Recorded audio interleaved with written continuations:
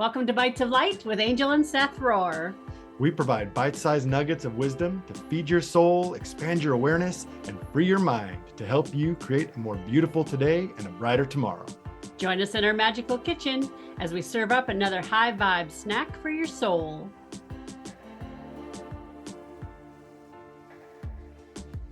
Welcome everybody to Bites of Light, snacks for your soul. And today we're very excited. I personally am very excited.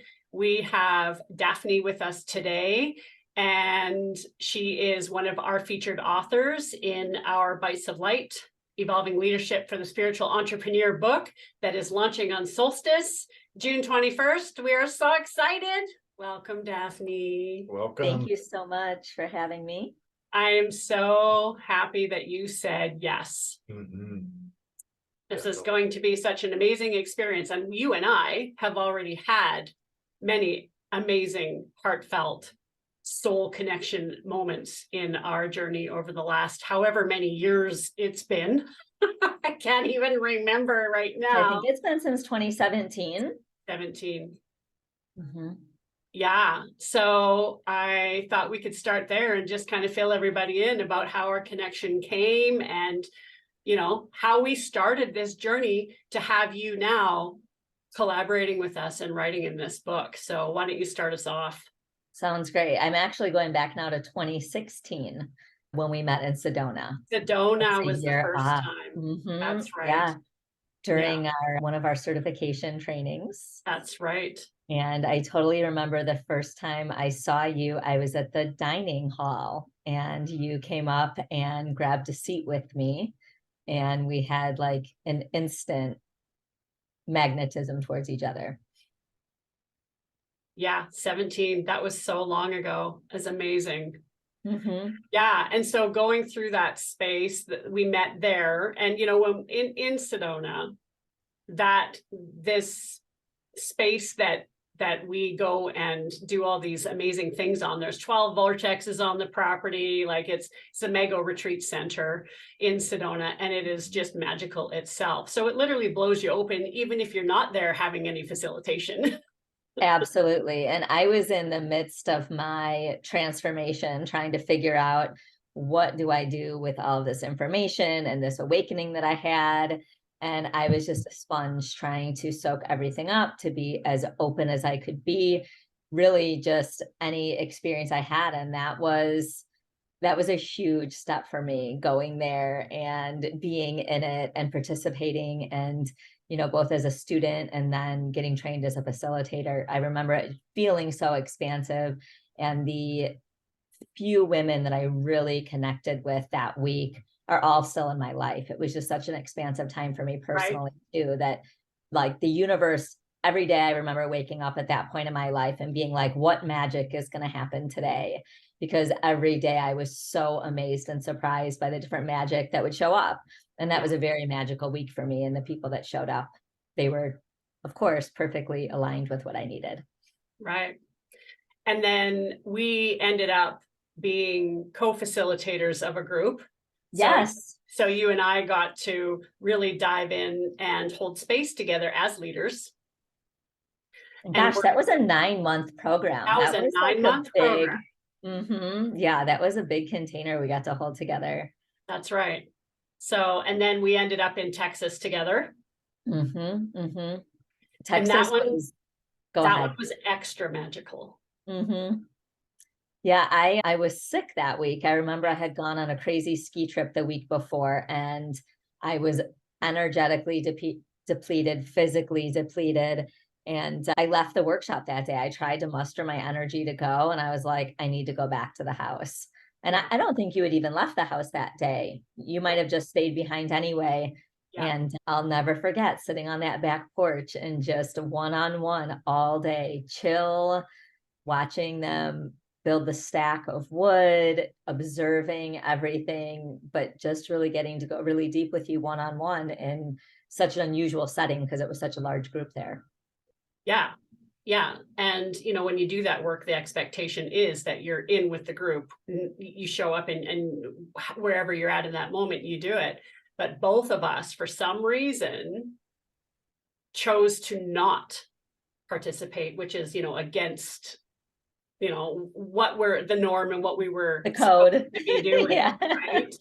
Mhm. And that afternoon, we dove deep and did our own shadow work and mirrored for each other, which was, the premise of what the whole retreat was for. But you and I don't know if it was a resonance. Like I'm not even going to try to unpack why that happened.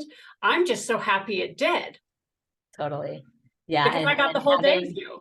And having that in-person time to solidify, I mean, meeting in person, then having those 9 months online together, and then really getting to go deep in person. Yeah, it totally obviously connected us in a way that we're still connected so many years later. Yeah. And then we both had adventures and, went through some relationship stuff with big teachings. And now it's kind of funny that we kind of have paralleled each other through the last couple of years where we didn't have a lot of contact. And, now I'm married and on my mission, and you're on your mission, doing your thing. It's like we had those couple of years to work together. And then it was almost like, here's the practicum, go out into the world, do your thing. Right. Get the lessons you need. And now, boom, we're back together. And that's what I love about these type of relationships is they're so soul felt and heartfelt that you can literally go do your thing for a year. And when you come back, it's even stronger.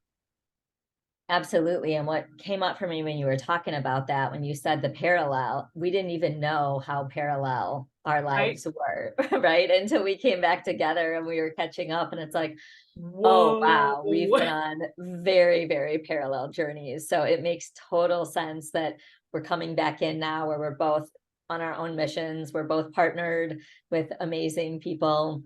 Yeah. So it really makes sense why we're still in alignment. And why we always have been. Yeah. And to come to this space now where we're co-creating this piece of medicinal art together, and the amount of light codes and information that is being infused into this book, it's epic. And I specifically did not reach out and ask to read your chapter ahead of time because I wanted to save it and see because I didn't want to, because before, when we had that one day in Texas, there was a lot of instruction and direction from both of us, right? Like we really dropped in and taught each other a lot of stuff.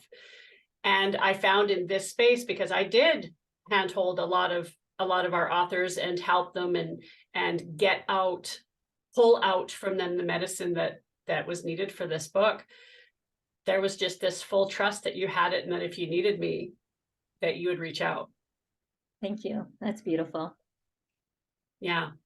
I'm just so proud of you, and I'm so excited to read what you've put. So it's even going to be a surprise for me. That's exciting. Yeah. Right? It's so exciting. So if you want to share how did you decide to write what you wrote, and just kind of give some of that little backstory of and why you said yes, like what was the hook? What was the pull? The hook and the pull was my trust in you and in Seth, even though I didn't know you, Seth, but I know you through Angel, right? I mean, I trust Angel, and I followed your story. And when you guys got married and you met in Teo, I was like, oh my God, like I could feel it. And I was so lit up and so excited for you. And I think it's so amazing to have partners that are co-creators also. When you get to intermingle all of those different energies, I know how amplified that can be. So it was easy for me to be curious and interested in it. And I had a lot going on at the time. I was launching my own business and dealing with advertising and marketing and getting shut down after I launched, and all of these pieces. And you kept reaching out, and you're like, I'm really getting a hit that you're supposed to be a part of this. And the final day you sent me a message, I had cleared other space off my plate. And I was like, oh, that's a yes today. So it was just like, and I think we actually hopped on the phone like that day. That's right. And I was like, yep, let's talk. But it felt that day like, yep, this is it. I've been kind of pushing it aside, saying, not right now. I'm busy. I have too much on my plate. And that day, magically, a whole bunch cleared off my plate where I could really feel into it, really sink into it. But the trust and the interest was there. So it was just kind of a no-brainer when that space opened up and you reached out. And I was like, oh, yeah, that makes a lot of sense. And you know, when things like that happen, you have to go with it. You don't like the universe was like, it lined everything up, served it to me on a plate, and I wasn't going to walk away from it. I've learned that lesson a few times in my past. Yeah. Yeah. So Awesome. as far as my story and how I chose this piece of it, the awakening I had in 2016, which was at the pyramids in Coba, Mexico, is what really shifted my trajectory to meet you later that year. That was in February, I think. And then I met you in September of that year in Sedona. But it not only shifted us into meeting, but it shifted everything that I am today. It was the most drastic. It led to my realization that I was in a really unhappy marriage, and that whole process of trying to fix it. We spent 14 months really trying to work on it and get to where things were a compromise and they couldn't be. And thank goodness, you know, whenever I think about some of the things I asked for just to keep the family unit together and live an okay life, I'm like, oh God, thank God he said no. You know, like, Yeah. thank God I had that like extreme shift into what I am now. And for me, the biggest piece revolved around my sexuality. I was in this marriage where he wasn't able to be intimate with me, and I couldn't have that anymore. And so for me, going through that process of, oh my gosh, I have shut this down in my life, and how do I resume? And it was that trip in San Antonio where I made the connection about our womb space being this source of creative energy and source of life, and how I had completely disconnected from it and shut myself down. And so during this process for me, it was like, oh, wow, like, how do I reconnect to that? And for me, reconnecting to that sacred sexuality space within myself is what really started opening me up to unlimited potential, and really feeling passionate about sharing that with other women. And at first, you know, I had a lot of shame and guilt around it, so I didn't talk about it. And as I started opening up, woman after woman was like, that's me, that's my story, whether it was from, you know, severe trauma, physical or emotional, or mildish trauma. It was this common thread, could even been childbirth trauma, right? This common thread that it was like, nope, I'm severing that connection. I'm not a sexual being. That feels scary. That feels foreign. And how I learned to navigate it, and how I learned to really go into a deep dive with it, felt like I had to share that with the world. Like, that's my duty to really help. I mean, for men, for women, for all humans, honoring that sacred connection to our sexuality, and not just connecting to it, but really fueling it and keeping those pathways open. So that's the basis of my chapter, was kind of my journey into figuring that path out, and then some medicine around how to maintain it and stay with it. Love it. It's important information. You know, if we look at the chakra system, you know, the base and sacral chakra, that is our foundation and our connection to relationships with other humans, and relationships within ourselves. You know?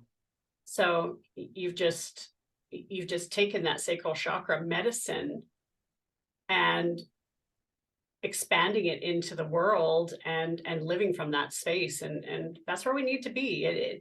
Humans need to understand that it's okay to be inside your soul basket, and it's okay to have some fun while you're in it. Exactly. Right? I had a colleague reach out to me recently, and someone said, I'm speaking at her event, and they said, I can't believe you're affiliated with her. I saw her on Facebook with some sex tool. And she ended the call, and because she said she's not spiritual, because I saw her on Facebook, and I was like, that's like the basis of my spirituality, you know? Right? And it was The just so agreements. interesting to me. And my first reaction was like, you know, there was a point in my life where it would have threatened me too. Right. Because so many of us are shut down or have gone through periods where we're shut down, where when someone comes in with that energy and they're comfortable with it, it's uncomfortable because it's such a drastic difference from what we're feeling. So I had some compassion for her too, but I was like, damn, okay. Well, when you That's where we're at. when you look at society worldwide, I mean, those forces that would try to hold us back want to keep us separate. And connection comes, like Angel was saying, connection comes to that root and sacral chakra. So to make sex shameful, almost every major religion on the planet makes sex something that is secretive and creates shame around it if you're doing it for anything other than making more babies. Yep. And so even as we step into our spirituality, people think, oh, I've let go of my agreements around the church and God as Christianity has set it up. So I've stepped into this very spiritual path of acknowledging Mother Earth and all these things, which is great. And they think, I've done the work, I'm done. But they've only done the work around those few agreements. And all these other lingering agreements are hanging around. And that is, speaks to why this woman would feel offended and call you not spiritual, because she has this lingering belief that there's something shameful around sex that she's not ready to address. It's Absolutely. just too deep. So it's just part of that. It highlights how really, I mean, honestly, truly amazing the forces that would try to keep everybody down and separate. How truly, I mean, I guess diabolical might be the word, but it's actually very well thought out and very impressive, really, when you look at it at this level. They've done such a good job on a worldwide basis of creating separation, and that's just one more level of separation. And as we ignite that passion again, we take the shame out of everything, not just sex. We take the shame out of the thoughts that our brain creates that are separate from us. Just acknowledge, like, oh, my brain had this really weird thought that isn't me, and say it out loud, bring it into the light. And all of those things start to fall away. And then we start to recognize that we're not the body, we're not the brain, we're not these shameful thoughts. We are beings that are all connected in a beautiful way. And any way that you bring, whether it's through sexuality or heart connection, whatever, all of those ways that you bring to connect and recognize that we are one, not separate, is going to move the whole dream of the planet further, raise that vibration. So I would, to say that is to say every path that brings you to connectedness is a path that is bringing the whole dream, everybody on the planet, back to what we truly are. So I love that you're doing it in a way that only you are uniquely designed to do through this sex toy that you created and through this business. Like, yeah, making it something that people can just talk about. And Seth, when you said shame, like, that resonates with me so much, because that is such a big part of my mission, is eliminating the shame and the guilt. Because women I work with, adults, they have shame about experiences they had as young teenagers. And we're talking 30, 40 years later, we're still carrying around that shame and that baggage that serves no purpose. And being a mom of teenage daughters, I'm like, if I can help you guys prevent some of the shame and the guilt by normalizing pleasure and sexuality and self-pleasure, and I'm bold enough to be able to do it. You mentioned the sex toy. I like to call it a sacred sex tool, because I don't think it's a toy. Like, it's serious business, and you have to open up serious pathways inside yourself in order to really go there and experience the depths.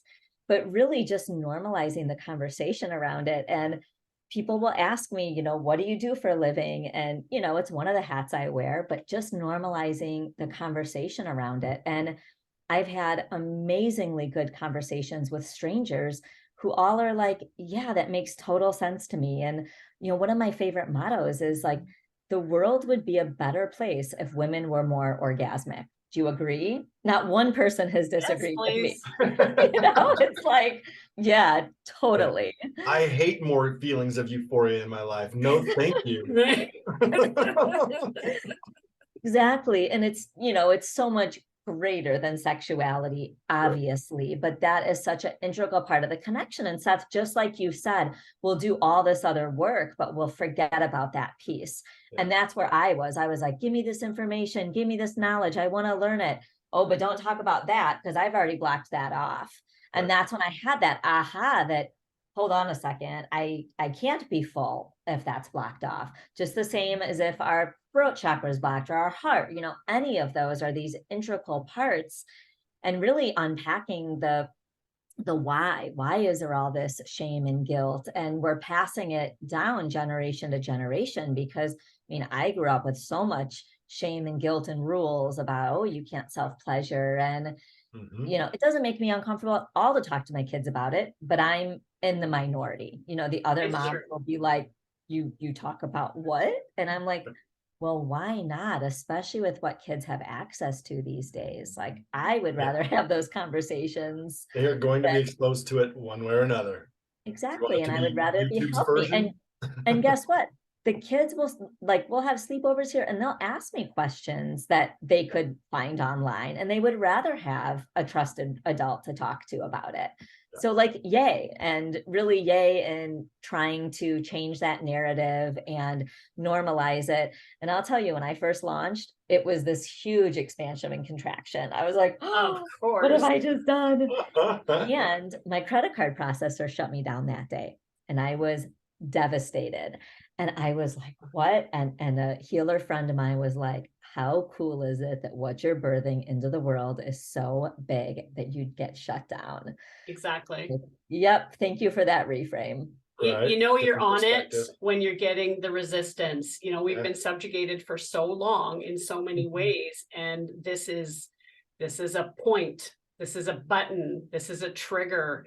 And to have enough energy to burst through that, it's incredible. And I'm just so proud of you and so honored to be part of your journey. It's just incredible. And I remember our conversation. I remember that day in Texas on that deck, and we dove into this, and it's just so cool that you stayed with it, because you had people around you that didn't want you to do this. You had that in your inner world, and you still did not allow the subjugation. Yeah. And it's so interesting to think back to then, and then going through the long-term relationship I had, and then getting out of that, and then being ready, right? I held it all of that time, and I sat with it, and I didn't do a thing. And then when we wonder, how does our path happen? And why do these people come and go? And that determination and that knowing. And then when my current partner came in, and he was like, hell yeah, you're going to do this, just such a different energy. And I actually felt like that was my missing piece, was having that really grounded masculine energy that had my back, because it was uncharted territory for me to go so public about something so personal, and having that to hold me. Yeah, that was kind of my last missing piece in order to launch. Well, that's the role that we're here to play. And that's why, like I said, those powers that would hold us back have been so focused on subjugating women. Yes. Men get subjugated too in ways, but the focus has been, since the beginning of time, of the control of the patriarchy, has been to subjugate women, because that's the real threat.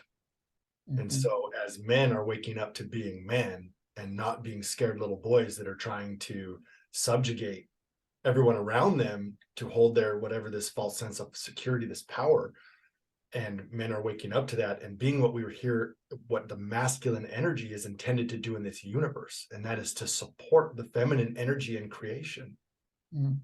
It takes both. And absolutely. It's, I love hearing about other men that are waking up. And stepping into that role of support. We're part of the creation, but the role is much more of a support. And yeah, I just love hearing it. Yeah. And I mean, I know you guys get it, but when you have that foundation of support, you get to grow exponentially. You know, when you have that safety, that foundation, and you grow together, but you also have that ability to expand into everything that you're meant to be as well. Yeah. Exactly. Well, and that is the basis of this book, you know, balancing the divine masculine and feminine within. And, you know, first you have to learn how to hold yourself. And then when you find somebody that can hold to the capacity that you can hold yourself, there's no limits to what you can manifest, what you can do in the world. And, you know, we're living it and working through it and creating medicine so that other people can understand what it looks like. And I think the biggest word is trust. You know, you said it earlier, you know, when you and I were there and you came in because you trusted me. That's because you trust my warrior. Mm-hmm. You know, I can hold, mm-hmm. and you're not going to get dropped in my space. Mm-hmm. Right. And when I'm in that warrior space for you, your divine feminine does feel safe and protected and loved and can come out and can blossom and can do it knowing you're held. You know, and then I can switch back into my goddess and allow Seth to hold me, you know, to be able to do that divine dance with humans and understand. And that's also why I trust you. I trust your warrior.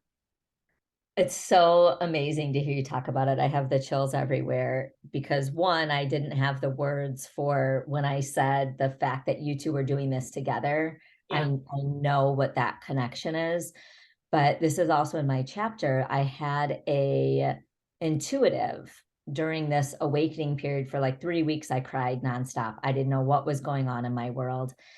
And her advice to me was, Daphne, harness your goddess energy. But I didn't because I ran everything. My husband at the time traveled 5 days a week for work. I was a single mom, basically, with financial backing. I ran the house, I ran the kids, every decision. And I had never had that where I could just melt into something or into someone. Yeah. So when you put it in those words, it totally resonated with me is, yeah, exactly. Like we are supposed to be those warriors too, but then we get to sink back into that goddess energy and that softness and the receiving and the creativity and the femininity that we don't get when we're running things all the time. That's so right. yeah, it's really beautiful way you just phrase that for me to process it. Yeah. Well, and the word that was relentlessly pinged into my brain for years from the Ruiz family when I was doing the apprenticeship with them was surrender. Mm-hmm. Surrender, surrender, surrender. You know how many times I heard that word? Until you did it. Because the warrior within, like for you and I, so if there's any women listening who identify with the energy that Daphne and I are bringing across, your warrior has to surrender to allow the warrior to come in and hold. And that's a good point, right? I mean, I hear women say a lot of times, like, well, how come there's no good man? How come I can't find a good man? How come we can only attract what we're vibrating at? Mm-hmm. So, I mean, I don't want to be the guy that says it's you, but I can't attract a good woman if I'm not So if there. he's not going to say it, I'll say it. If you don't surrender and allow them to do what they're supposed to do, it's not going to happen. And follow it up. It's not you as a being. You are a perfect being that deserves to be supported in a perfect way. It is the choices that you are making currently, and you can make new choices. Mm-hmm. So that's the caveat there. It's not to say that anybody doesn't deserve it. We all deserve it. Yeah. You deserve it because you're here. You made the choice to come here and live an amazing life of wealth and luxury. Start choosing that.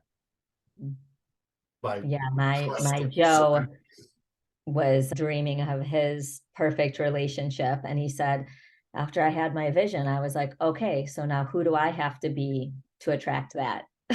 I was like, ding, ding, ding. exactly. And so often we forget about that second piece. It's like, this is what I want, this is my vision.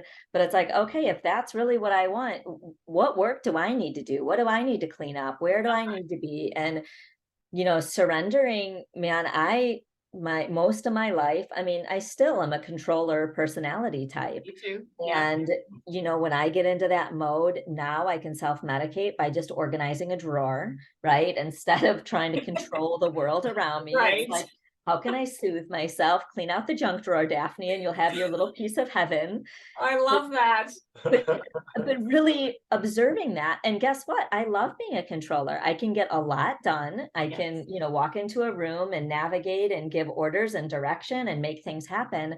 But I don't want to be a controller in all the areas of my life. And so it's like, where do I get to soften? And where are those patterns? And catching myself in those patterns, and sometimes pulling back and being like, okay, I see it. And other times apologizing and saying, can you give me another chance here? Because I don't want to run that energy, and it doesn't work, right? I mean, if I want to lead a life by myself, it could work. But if I want true partnership, it's that give and take. But yes, surrender. I'll share with you a meditation I did once that stands out in my head for surrender. I was doing a visualization of a river flowing, and I was on a raft, and I was hitting rapids, and I had a choice whether I could take the oar and continue trying to paddle upstream and fight the rapids, or I could use the oar and push myself off to the rocks every now and then, maybe still get bruised a little bit, but have fun and hold on for the ride. Because either way, I'm going to end up at the end of the river. I can fight it the whole way and try to control it and navigate it, or I can be like, woohoo, let's ride these waves. And that has been the most powerful visualization that I return back to. It's like, Daphne, are you trying to fight it and go upstream? Or can you just have fun? And maybe it's a little bumpier, but you're still going to end up the same place at the end of the day or the end of the life. I love that analogy. I'm a rafter. Cool.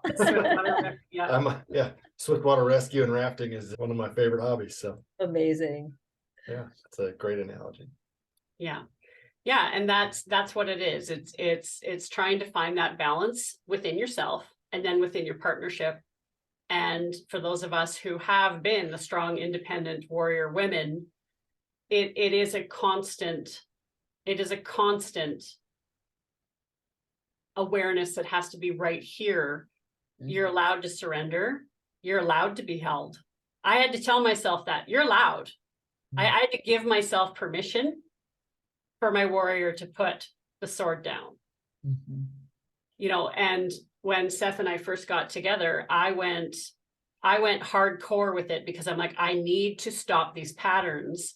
And when I moved here, I literally would not allow myself to drive. I love it. Wherever we went, he drove because I needed to sit in that space of no control. So I even gave myself exercises to to allow myself to sink in deeper and it also helped me, trust deeper.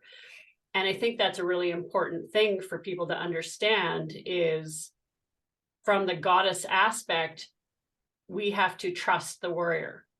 It's more important for the warrior to hear, I trust you, than I love you even. It's so true. Right. And so if you don't trust your partner, you're not in alignment. And when you gift that trust and you express that trust, then they get to expand even more. And I mean, that's what we want, right? We want that and that expansion. Yeah. And so if we circle back to, this sacred tool that you've created, for you to even be able to expand deeper and further into that, because we know that sexual union, when you open that Kundalini line and you're up in the frickin' cosmos and don't know whether you're crazy or not, if you don't trust your partner to bring you back into your body after blowing your mind, that trust has to deepen even more if you're even going to start experimenting with that kind of stuff. It's another important element. Absolutely. And I mean, it really started as a self practice for me because I had neglected myself so long and realized, okay, this has to start inside, because the thought of being naked with another human, it would stop my heartbeat. It was like I couldn't even wrap my head around it. And so it was such a beautiful way for me to just honor myself and celebrate myself in a way that I felt comfortable and safe, because I hadn't had that kind of masculine energy before. Right. And I could breathe then at the thought of, okay, I could kiss someone. Okay, I could take it to this next level. And as I'm sure you both totally understand, because it sounds like we have similar relationships, the expansion that Joe and I have together every day surprises me.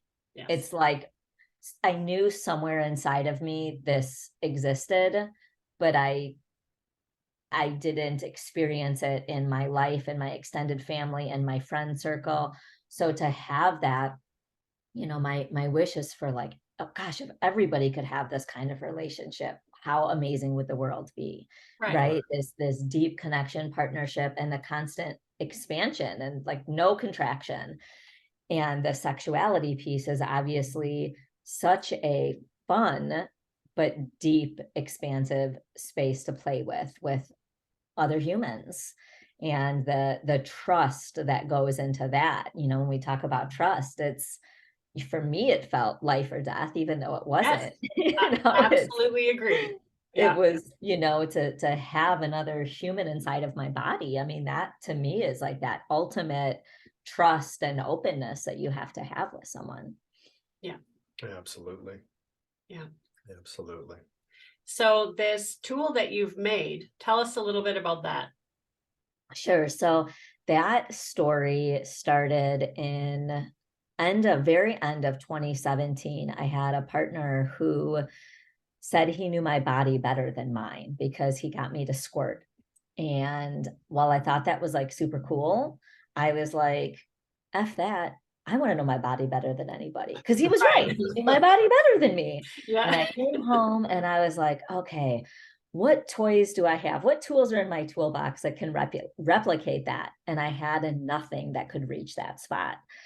And I started doing research and talking to my friends and asking strangers, like, okay, about anatomy and and my master's is in health education. So I had sexuality education training, and no one ever talked about squirting. So I became kind of like the mad scientist around this whole phenomenon. What is it? How does it happen? And so that was my goal with the Seeker. It's called the Seeker, is to have a tool where women can explore all of the insides of their vagina, because our hands don't reach like a partner's hands would reach inside of us. And maybe our partner's hands are smaller and they can't reach all those places. But to really get in touch with all of those juicy feel-good spots that maybe we've had grazed before, or maybe we've never even noticed. And I found it to be so healing for myself to connect with those places and really be like, oh, that feels amazing. Yeah, that not so much. And of course, it varies throughout the month, throughout the year, like different ages. We're going to have places that feel better, different moods. But it felt very empowering to me to be able to explore myself internally in a way I never had before. And when I was going through my sex, love, and relationship coaching certification, we had to self-pleasure 30 minutes a day, 5 days a week, in addition to daily meditation and educational practices. And there's like a cohort of 300 of us all complaining about our wrists and how sore our wrists are getting from self-pleasuring.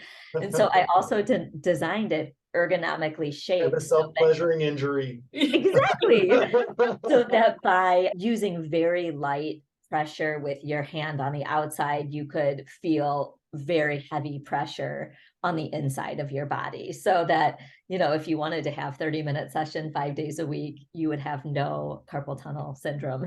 Right.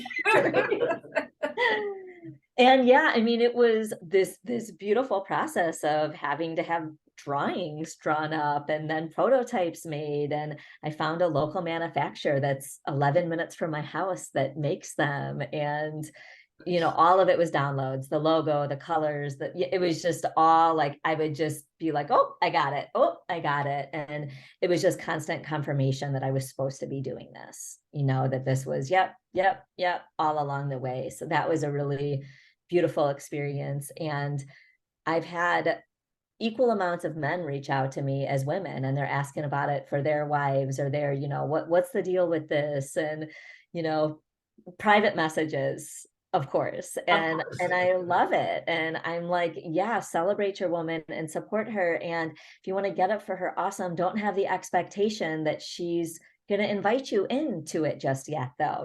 Don't let that be your reason. Let her get comfortable. And if that's where you guys are at, amazing. But women don't need any more pressure. And so with the tool, I have audio meditations and visualizations to really help people drop into their body, because that's where the magic really happened for me, when I could really get out of my head and into my body. And I feel like all the modalities I use, that's the constant theme, is like, get out of your head and sink into the magic of your body. And sexuality is the same, self-pleasure is the same. And it wasn't until I really learned that I could open up for these epic sexual experiences where I could really like feel the pleasure and run it through my chakras and feel it throughout my whole body. So that's part of it. It's a journey. I have this as a journey for people. You don't just buy it and try it, and if you don't like it, so what? It's like, no, learn your body, connect to your body, open up these pathways and experience your body like you never have before. And who cares if you have an orgasm or not? That's not the goal. The goal is to really stay connected to yourself. And obviously, orgasms feel amazing, but the pressure we have, like, I don't need to add to that. Like, there's already so much pressure there. It's just like, no, this is really about just celebrating yourself. And I have a PDF on there that's pre-download of pleasure spots for women and anatomy, because I've learned so many women, even very experienced women that have birthed children and had sexual partners, they don't know basic anatomy. So there's that education component too, which, I'm obviously super passionate about. So yeah, I really feel like I wear like my health educator hat in the Seeker. And it's like, yeah, this is where I want to be. This is not some weird, uncomfortable, pornographic, like, no, this is serious business, actually. And it sounds to me like, if I'm to translate what you're saying, this is a healing modality. You are literally creating a healing modality. Absolutely. Right. And in there, you define surrender. Because I think a lot of people, we say surrender and people go, cool, to what? Right. But getting out of your head, surrender to the feeling, the energies that flow all around us, surrender to the experience of life and quit trying to think it. I love that. Listening to your intuition is a form of surrender. Listening to your heart, learning how to access and understand the chakra energies is a form of surrender. It's not just like there's one way that you surrender and then it's all good, just like dealing with agreements. So you kind of defined it as, to me, that's what it means. In general, it's get out of your head. Your mind was never meant to run your life. Your mind was meant to run your body. Your mind was meant to keep your body alive. It's a very advanced mechanical suit that we walk around in, and the brain's the operating system. But at some point you were told, no, your heart's wrong. And that's where the truth comes from, is in our body. So we said, oh, that's wrong. I'm going to start listening to what my mind says. Surrender back into that body. That's where all the magic happens. I mean, from the beginning of this episode, really, we've been talking about surrender and following intuition. We wouldn't be sitting here today. We wouldn't have you in our lives if it wasn't for surrender. Yeah. On some level, even back then, on some level, surrendering into your intuition. 100%. I know I need to be here. I don't know why. I'm just going to do it. And then you make these magical connections, and that builds and builds and builds. So I just want to point that out. That surrender is get out of the mind. And Seth, there's actually very few things that helped me really get out of my mind. When I was thinking about it, skiing, when I ski really fast, Yeah. I can't calculate anything. I'm just like in the zone, and it's like meditative and really powerful sexual experiences, whether with myself or a partner. You can't be processing in your head if you're really a part of that. So it makes sense to me why that resonated for me is surrender. And for such a controller, why that's such a good modality, because I can totally relinquish control there as well. Excellent. Yeah. Look at you stepping into your goddess. Right. Yay. Yeah. Yeah, It's beautiful. it's programming that we all carry to a certain degree, and some of us carry it deeper than others, you know, especially when we were put in positions early on in our early adulthood. You know, we take on those roles, and the unprogramming, you know, and that's what Seth and I are here to do. This is part of your modality. It is leading by example of what healthy relationship looks like, not only here, but in a partnership. And, you know, that we can live happier, healthier lives. And there are tools out there for us to do that with. And that's what this book is all about. That's why we're pulling in powerhouses like you that are like, literally, this is way showing you are literally creating a new healing modality for women. And it's incredible. Yeah. And I know we're kind of getting close to the end, but before we wrap up, I want to point out something else you said, which was you had the opportunity to try to fix this marriage as though it was broken and not just a lack of alignment, right? But that's the mentality. And you were ready to settle for okay, because that was better than shitty. And I love that for you it worked out to where you didn't have to decide whether to settle between okay or not. Because what I'm here to say is fuck that. You're here to live amazing. If Absolutely. you're trying to create okay, you're so far out of alignment that you're probably going to have to burn it all down and start over, which I know can be scary. And that's why there are guides and practitioners out there to help you. Mm-hmm. You know, whether it's a psychologist, whether you want to go into Western medicine or more Eastern or shamanic type of methodologies, get help. But if you're settling for good or shitty, you have a choice to make, because amazing is possible for everyone. Absolutely. And Angel, I want to just circle back to something you said about leading by example. And I think that is at my core such an integral piece of connecting with other leaders, but living in alignment with myself that way. And I wrote that chapter because that is my example. And Seth, I did have to make the choice for him to move out. You'll see it in the book, but I mean, I really had to push that once I knew. Excellent. And that expansion and that belief, and it's like integrity, right? Like I can't live this life that doesn't feel right to me.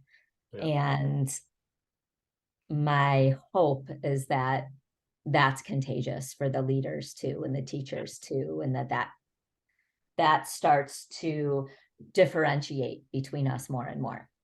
Yeah. Yeah. And it's great to hear those stories, right? Because so many people out there listening and watching see people living this amazing life and go, how come it's so easy for them? How come they have everything and I don't?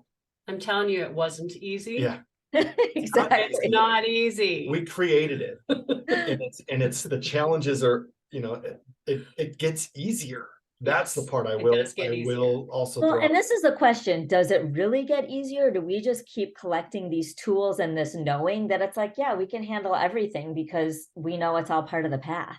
Sometimes I think that, you know, right. Well, I would say it gets easier the same way that, you know, doing what's a really hard trampoline trick? Well, yeah, it becomes muscle memory, right? If you're going to learn to double back tuck, it takes a long time to learn how to do it. But once you do it, it then becomes a tool. We're literally building spiritual muscles, just like you would build physical muscles in the gym.